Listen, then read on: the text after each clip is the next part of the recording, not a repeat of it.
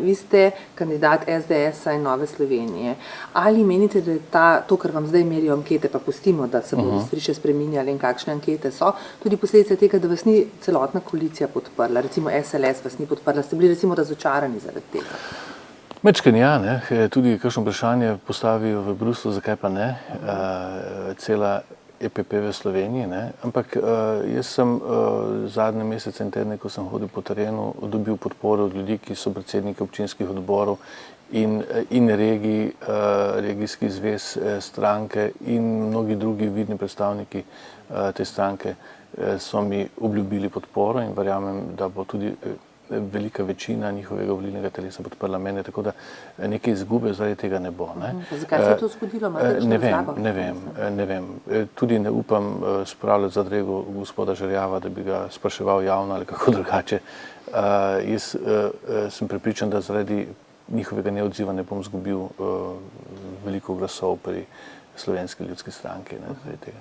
Recimo vam je zdaj, ko gledate s perspektive, žal, da takrat SDS ni vendarle pod nekaterih projektov vlade podprla? To mislite Pahorjevo? Ja. Ne vem, tista pokojninska reforma niti ni bila neka velika reforma. Šlo je zgolj za dvig starostne meje, kar je bolj razburjalo upokojence kot ne.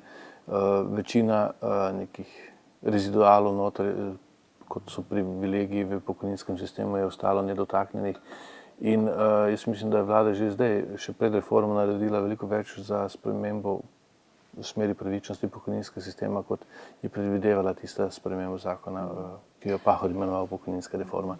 No, pravite, da je ZUJF že zdaj dosegel več v smeri pravičnosti, ampak to vsi upokojenci se z vami ne bi strinjali. Vemo, da so bile velike polemike ob sprejemu tega supervarčevalnega zakona, da je povzročil celo vrsto krivic nekaterim kategorijam upokojencev, tistim, ki so bili v prejšnji državi, recimo v drugih republikah, vplačevali in tako naprej. Kako pa vi gledate na ta zakon? Se strinjate s tem, da je v bistvu bila napaka in da ga treba popraviti? Mislim, v enem delu seveda. Mogoče so bili in ga bodo zagotovo popravili, ampak generalno gledano ta zakon ni bil sprejet zato, ker bi ga nekdo tako želel sprejeti, ampak je bilo potrebno sprejeti.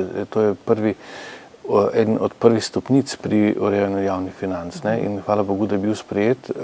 Zdaj moramo sprejeti še proračuna za 13 in 14, ki bosta nekako postavila tirnice recimo pri konsolidaciji javnih financ. To je eno od področij, ki so ključne in nujne in od katerih je tudi odvisno prihod svežega denarja v državo, ali bodo prišle tuje investicije ali ne. Kolikor bi bila država preobilna, recimo, in recimo kakšne druge manj ugodne razmere, sistemske danosti, pol tujega svežega kapitala ne bo k nam.